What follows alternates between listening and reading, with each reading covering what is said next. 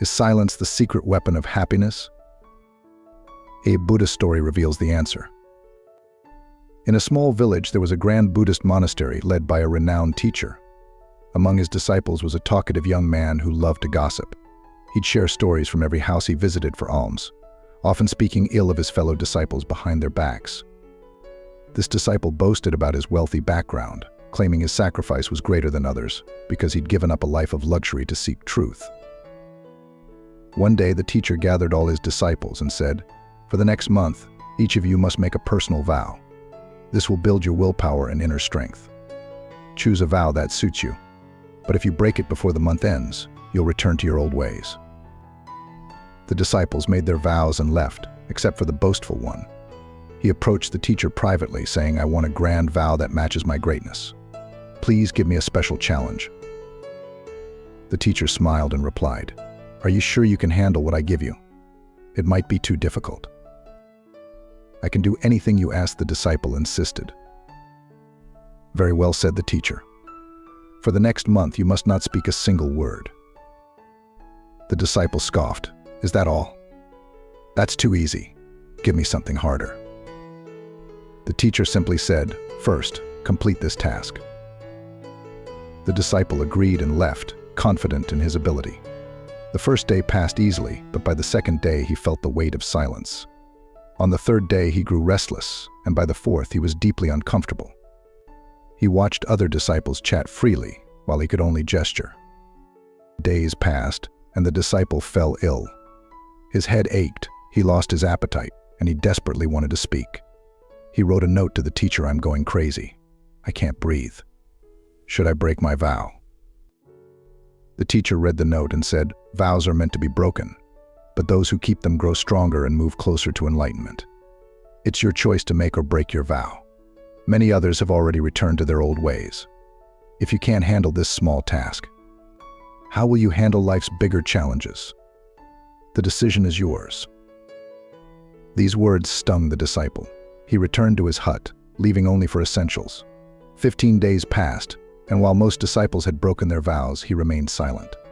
The monastery was amazed at how quiet the once talkative disciple had become. After 2 weeks, he wrote another note to the teacher, "I'm quiet outside, but inside there's chaos. My mind is full of complaints and questions." The teacher nodded and said, "This is progress. You're becoming aware of your inner voice. Keep observing your thoughts without judgment." The disciple continued his vow, struggling daily with his inner turmoil. As the month neared its end, he felt a shift. The constant chatter in his mind began to quiet. He found peace in silence and started to understand the value of listening. On the last day of the month, the teacher called all the disciples together. He asked each to share what they'd learned. When it was the once talkative disciple's turn, he simply bowed and smiled. The teacher beamed, "You've learned the most important lesson. True wisdom often comes from silence and self-reflection." From that day on, the disciple spoke less and listened more. He became known for his thoughtful words and deep understanding.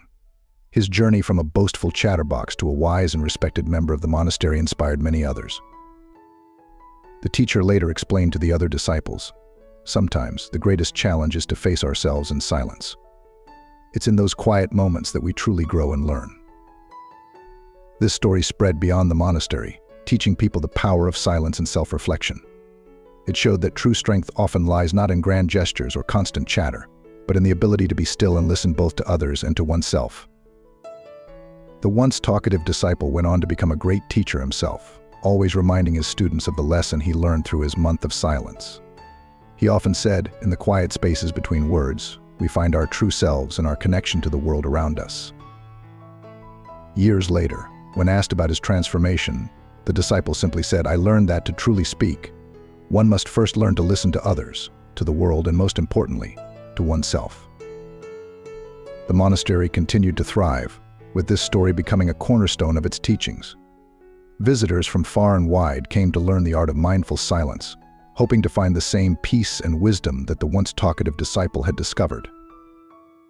And so, the legacy of the silent month lived on, reminding all who heard it that sometimes the most powerful words are those left unspoken, and the greatest wisdom can be found in the quiet moments of reflection. The disciple approached the guru, asking, "Am I still silent? Is my resolution ongoing?" The guru examined the disciple's eyes carefully and replied, "Yes, you're still silent. Not a word leaves your mouth and your resolution continues." The disciple explained, "When I left the ashram, my mouth was quiet, but my mind was noisy. I had many questions that wouldn't stop. I went to the forest hoping for peace and to quiet my mind. But the deeper I went into solitude, the louder my inner voice became. I heard old thoughts repeating. That's when I realized how wrong I'd been, saying hurtful things to family, friends, and fellow disciples. I used to think I was right, even when gossiping or mocking others. I thought I was better than them. But that day, I understood how wrong my words had been." He continued, "For a long time, these inner voices and complaints persisted, but gradually they faded away. Now, I'm silent inside too. In that dense forest, there was no one to talk to outside, and eventually no sound remained inside." The guru listened attentively, nodding with understanding. He then shared his wisdom with the other disciples. One of life's greatest struggles is our inability to stay quiet. We always have something to say. More than half our troubles come from talking too much. Most family quarrels start because of pointless chatter. No one wants to be silent. We just want others to listen. We try to force our thoughts into their minds, insisting we're right and they're wrong. This constant exchange of words continues throughout life, but in our ignorance we waste time, life, understanding, and precious moments that could be lived, experienced, and enjoyed. What do we gain? Nothing. Everything becomes futile. Only a few realize what we lose in this madness. Just as people don't know about their arrival, they don't know about their departure. The disciple asked, "What's the solution then?" The guru replied, "The key is to watch your thoughts with full awareness. Contemplate all mental issues by staying present. Do your work mindfully. This brings miraculous changes to life." After receiving these answers, the disciple bowed and left. 3 months had passed since he'd left the ashram, with no news of him. Everyone had given up hope of his return. But one day he came back, transformed. A wonderful change was evident: a calm face, peaceful eyes. The other disciples surrounded him, talking excitedly. He spoke too, but differently. Each word came out smoothly and sweetly. Everyone noticed he was no longer impatient or talkative. This story teaches us the power of silence and self-reflection. It shows that true strength often lies not in constant chatter, but in the ability to be still and listen to others and to oneself. The once talkative disciple's journey from a boastful chatterbox to a wise and respected member of the ashram inspired many. It reminds us that sometimes the most powerful words are those left unspoken, and the greatest wisdom can be found in quiet moments of reflection. The ashram continued to thrive, with this story becoming a cornerstone of its teachings. Visitors came from far and wide to learn the art of mindful silence, hoping to find the same peace and wisdom that the transformed disciple had discovered. And so, the legacy of the silent resolution lived on, reminding all who heard it that true growth often happens in the spaces between words. That day, I truly grasped the meaning of silence. Peace enveloped me, though familiar sounds persisted, now unheard. Suddenly, I noticed everything clearly: the wind's whisper, birds' melodies, and water's flow. For the first time, I consciously heard these sounds. Never had I felt such tranquility.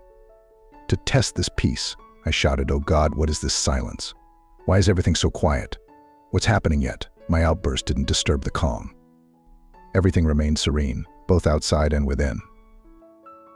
"Gurudev," I said, "I've spoken to my guru brothers and you. I'm talking, walking, observing, but I'm completely alone inside. I'm in silence. Even in a crowd, I'm in solitude. When I try to create inner noise, I'm still alone. Now, everything is visible and audible." The guru replied, "External chatter breeds internal unrest. When we turn inward, our words flow calmly. Most worldly evils stem from our reluctance to be silent. We talk excessively, refusing to listen. We aim to silence others, asserting our importance. This wastes our energy and fills lives with sorrow. People constantly talk, never listening or understanding. Fearing silence makes them insignificant. World conflicts arise from our speech. We should speak only when necessary. Unnecessary talk wastes energy and pulls us outward. To explore our inner world, we must close our mouths. All enlightened Buddhists sought solitude to minimize speaking and listening. They remained calm, easily traveling inward. One can find solitude even in this world by conserving energy wasted on meaningless words. This story teaches that vain speech wastes energy.